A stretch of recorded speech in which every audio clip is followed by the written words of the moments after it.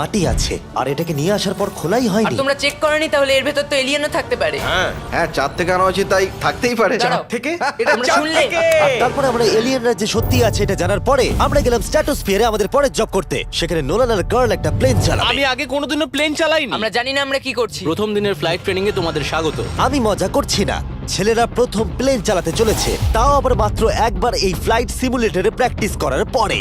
আচ্ছা, এটা হলো আমাদের থ্রটল। এটা পেছন দিকে টানলে এটা স্লো হবে, ঠিক এইভাবে। ও মাই গড আর নোলান ক্র্যাশ করার পরে, ক্র্যাশ করার পরে এবং ক্র্যাশ করার পরে তুমি প্লেনটাকে ক্র্যাশ করে দিলে। তারপরে যদিও সে সাকসেসফুলি ল্যান্ড করিয়েছে আর সেই কারণেই সে আসল প্লেন চালাবার অনুমতি পেল। বাপরে আমার খুব ভয় এই, লাগছে। তুমি এটা করতে পারবে না নোলেন। প্লিজ তুমি আরো ভালোভাবে প্র্যাকটিস করে এসো।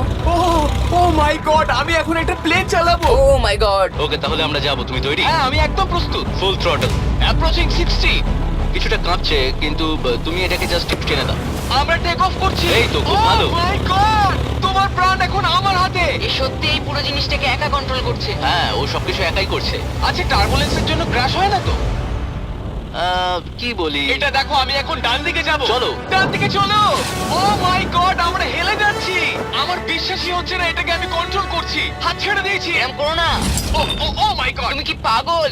আমি তোমাকে মেরে ফেলবো। ঠিক আছে, আমরা ওখানে যাব, তারপর ফিরে এসে ল্যান্ড করব। ও মাই গড, এবার কি হবে? এই একটাই জিনিস যেটা সব মানুষের কাছে বড় চ্যালেঞ্জ। ঠিক আছে এবার আমি নামছি। আমার মেন্টাল হেলথ এখন একদম ঠিক নেই। এই জায়গাটায় আমি সব সময় সিমুলেটরে ক্র্যাশ হয়ে যাচ্ছিলাম। ও গড আমরা এখন ওই রানওয়েতে ল্যান্ড করতে চলেছি। ও মাই দাঁড়াও, গড দেখো আমরা মাটির কত কাছে, তাই না? ধরে রাখো, ধরে রাখো, নিচের দিকে করে সোজা ধরে রাখো। ও মাই গড সাবধানে শটলের উপর হাতটা রাখো। তোমাকে এটা পেছনে টানার জন্য অপেক্ষা করতে হবে। দীর্ঘ নিঃশ্বাস নাও।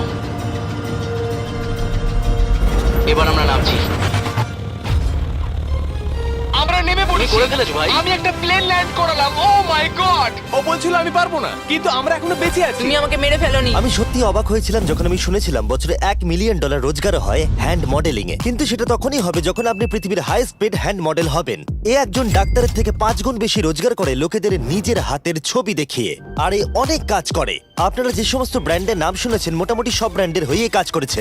সে পারিশ্রমিক হিসেবে $1 মিলিয়ন করে নেয় পার হ্যান্ড। আমি আর অপেক্ষা করতে পারছি না কখনো এটা করবে। প্রথমে ও আমাদের হাত এক্সামিন করবে। আমার মনে হয় না আজকে আমার দিনটা খুব একটা ভালো কাটবে বলে। ওকে, আমি যেটা দেখতে পাচ্ছি তোমার নোকের ওপর অনেক কাজ করতে হবে। ঠিক বলেছো। একদম। ওর হাতটা বাজে বুঝলে। দেখো এর হাতে কার্লের থেকে কত বেশি লোম আছে। এর জন্য কি আমি বেশি টাকা পাবো? স্কিন টেক্সচারটা তোমার থেকে ওর অনেকটা ভালো।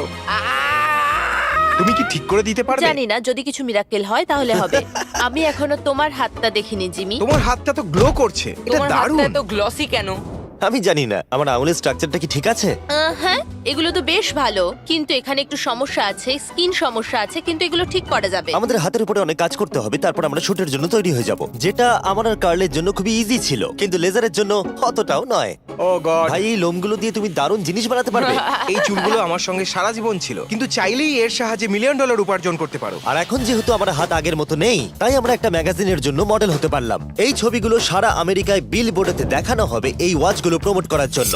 এটা কিন্তু খুব কঠিন। হ্যাঁ, আর বেশি চাপ নিও না। ওকে, মানে ঘড়িটাকে দেখতে ভালো লাগছে। সত্যি কথা বলতে আমি ভেবেছিলাম এটা ইজি হবে, কিন্তু আমরা সত্যি খুবই বিচ্ছিরি ভাবে এটা করলাম। মনে হচ্ছে যেন কোনো সাপ এই ঘড়িটা পড়ে আছে। ভাই এটা খুবই শক্ত। তুমি একবার করবে, এটার সাথে পার্থক্য দেখবো। ও কি দুর্দান্ত। তোমার হাত নড়েনি তাই প্রোডাক্টটা দারুণ দেখা যাচ্ছে। ভালো মডেল হওয়া মানে একটা ঘড়ি পরে নিলাম তাই নয়, মাঝে মাঝে মডেল হিসেবে তোমাকে অদ্ভুত জিনিসও করতে হয়। তুমি ভয় পাচ্ছ কেন? কারণ অফ ক্যামেরাতে হাতে একজন সাপ আরে ধরে ভয় পাওয়ার আছে। কি আছে? চিন্তা করো না কার্ল, চিন্তা করো না। ওর হাতটা এখানে রাখো যাতে ওর মাথাটা একটু সাপোর্ট পায়। হ্যাঁ একদম। এর মাঝে আমি একটা জিনিস ঢোকাতে চাই, সেটা হলো ইমোর্টালস অফ অ্যাভিয়াম। এরা এই ভিডিওর স্পন্সর। একটু এখানটা ধরো। হ্যাঁ ঠিক আছে। এখন এই মডেলিং করছে একটা ওয়াচ, একটা স্নেক আর এই গেমটার। ও এটা দেখো, এটা দুর্দান্ত লাগছে।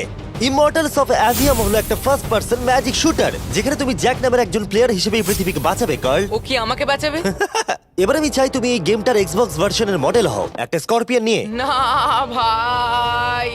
এই দেখো তুমি ঠিক এটাকে এইভাবে ধরবে। আচ্ছা এটা হাতে ধরাটা সেফ তো? হ্যাঁ, একদম ঠিক আছে, একদম। নাও নাও নাও, যা বলার বলে দাও, Okay, বলে দাও আর ও, ফটো তুলে ঠিক নাও। আছে। তুমি এই গেমে ডিফারেন্ট টাইপের 25টা ম্যাজিক স্পেল পাবে আর 80টা ডিফারেন্ট ট্যালেন্টকে আনলক করতে পারবে নিজের ক্যারেক্টারকে কাস্টমাইজ করতে। ইমর্টালস অফ অ্যাভিয়াম এই ফটোটাকে পছন্দ করবে কার্ল? ইমমর্টালস অফ অ্যাভিয়াম আশা করি পছন্দ হবে। কার্ল আর কিছুক্ষণ এটাকে ধরে রাখো, তারপরে আমরা এনএফএল প্লেয়ার্স হয়ে যাব। যারা ইমর্টালস অফ অ্যাভিয়াম তৈরি করেছে তারা আরো অ্যাওয়ার্ড উইনিং গেম তৈরিতে সাহায্য করেছে, যেমন হ্যালো, কল অফ ডিউটি আর ডেড আমার এই স্পেস। গেমগুলো দারুণ লাগে। ও এটা তো নড়ছে। আর দারুণ জিনিস হলো ওরা আমাকে এই গেমের বস করেছে, আর যদি তুমি আমাকে মারতে পারো তাহলে এই গেমের যে কোনো বসের থেকে বেশি গোল্ড পাবে। ও না আরে চিন্তা করো না, আরে ওর ভয় দিকে পেও না। তাকিও না।